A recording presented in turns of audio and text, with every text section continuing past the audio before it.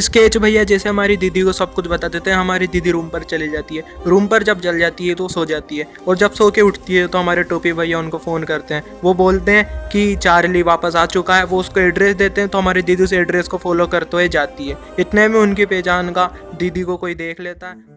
जैसे ही हमारी दीदी एड्रेस पे पहुंचती है तो सामने वाला आदमी हमारी दीदी से बोलता है, हमारी दीदी के हाव भाव देख के, कि रूम नंबर 66।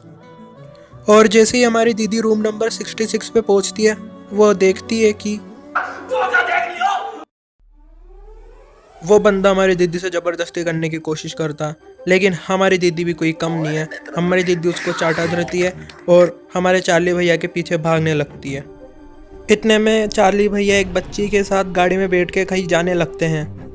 हमारी दीदी गाड़ी का फॉलो करती है। अब पता नहीं चार्ली भैया मिरर में देख के हमारी दीदी को इग्नोर करते हैं या नहीं, लेकिन वो गाड़ी से निकल जाते हैं और यहीं इंटरवेल हो जाता है। मेरे को पार्ट 1 यहाँ पे ख़त्म करना चाहिए था ना।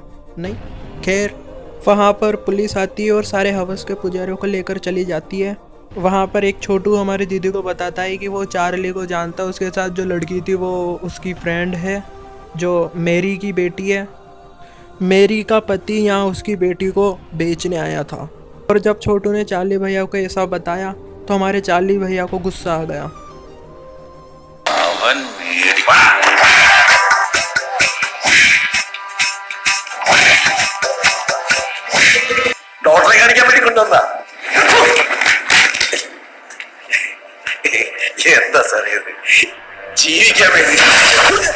हमारे चार्ली भैया वहाँ उसे दबा दबा के मारते हैं।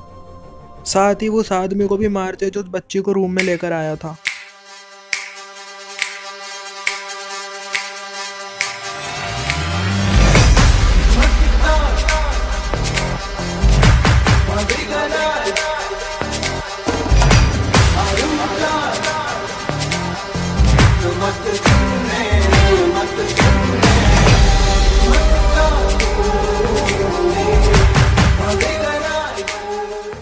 हमारी दीदी छोटू से पूछती है कि वो कब आएगा, तो छोटू बोलता है कि पता नहीं कि वो कब आएगा।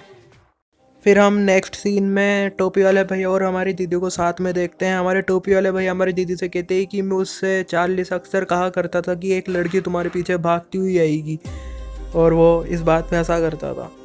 और इतने में ही एक फ़ोन की रिंग बजती है, तो टोपी वाले भैया बोलते हैं कि तुम्हें क्या लगता है ये वही होगा। तो सारे दोनों भाग के फ़ोन की तरफ जाते हैं, और जब वो फ़ोन उठाते तो हमारे चार्ली भैया दूसरी तरफ लाइन पे रहते हैं। तो हमारे टोपी वाले भैया चार्ली भैया से कहते हैं कि तुम्हें पता है वो लड़की आ चुकी है। तो चार्ली भैया बोलते कौन सी लड़की।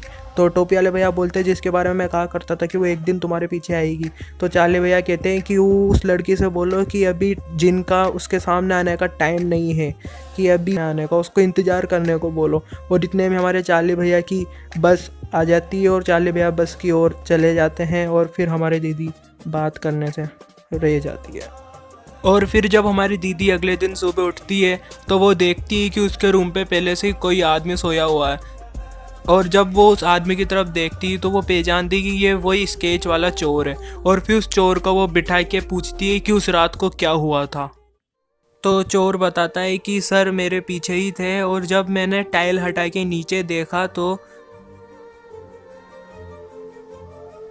और फिर मैं सर से कहने लगा कि चलो चलते हैं, यहाँ पे हमारा कोई काम नहीं है।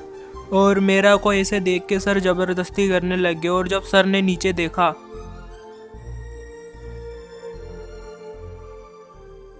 तो सर बिना सोचे समझे टाइल हटा के नीचे कूद गए।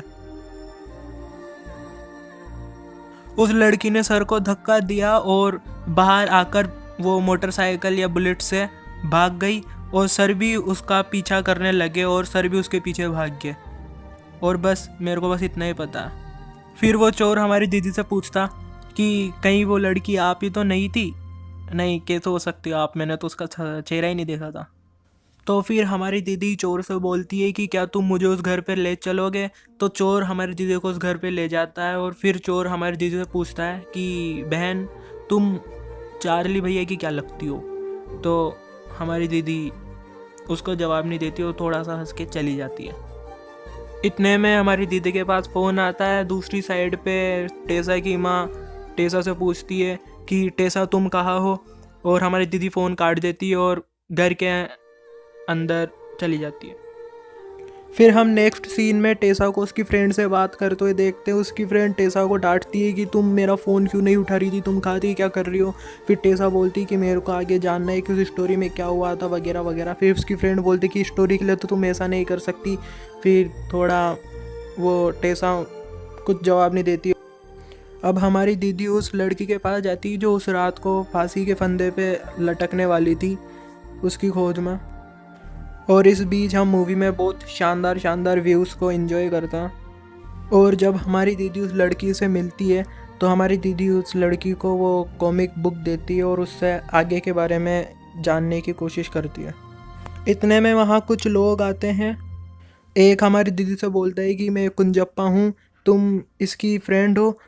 ऑफ कोर्स होगी सही, क्योंकि तुम इतनी दूर इसके लिए आई हो, तो फिर तुम हमारे साथ यहीं पर रुको। वो लड़की हमारी दीदी से ये भी पूछती है कि तुम यहाँ इस स्टोरी जानने के लिए तो नहीं आ सकती। तो फिर हमारी दीदी उस लड़की को जवाब देती है कि तुमने सही बोला, मैं यहाँ स्टोरी जानने के लिए नहीं आई हूँ, मैं यहाँ उस इंसान की खोज में आई हूँ जिसने इस स्टोरी को लिखा है।